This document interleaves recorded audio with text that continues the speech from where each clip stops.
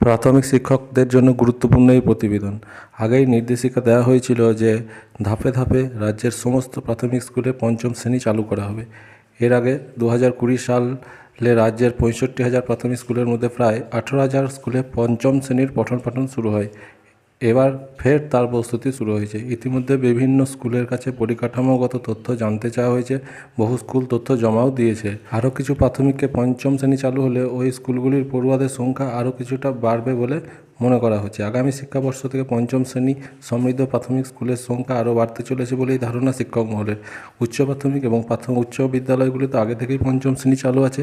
এর আগে প্রাথমিক স্কুলগুলোতেও পঞ্চম শ্রেণী চালু ছিল। তবে এরপর বহুদিন পরে 2020 শিক্ষাবর্ষ থেকে ফের এই উদ্যোগ নেওয়া হয়েছে। সেই সময় জলপাইগুড়ি জেলার 1209টি প্রাথমিক স্কুলের মধ্যে 466 স্কুলে পঞ্চম শ্রেণী চালু হয়। তখনই ধাপে ধাপে সংখ্যাটা আরও বাড়ানো হবে বলে স্কুল শিক্ষা দপ্তর নির্দেশিকা জারি করেছিল। সেই মতো কাজও চলছে। শিক্ষা দপ্তর সূত্রে খবর, বিভিন্ন জেলা থেকে শিক্ষা সার্কেলগুলির মাধ্যমে স্কুলগুলির কাছ থেকে নানান তথ্য গুগল শিটে চাওয়া হয়েছে।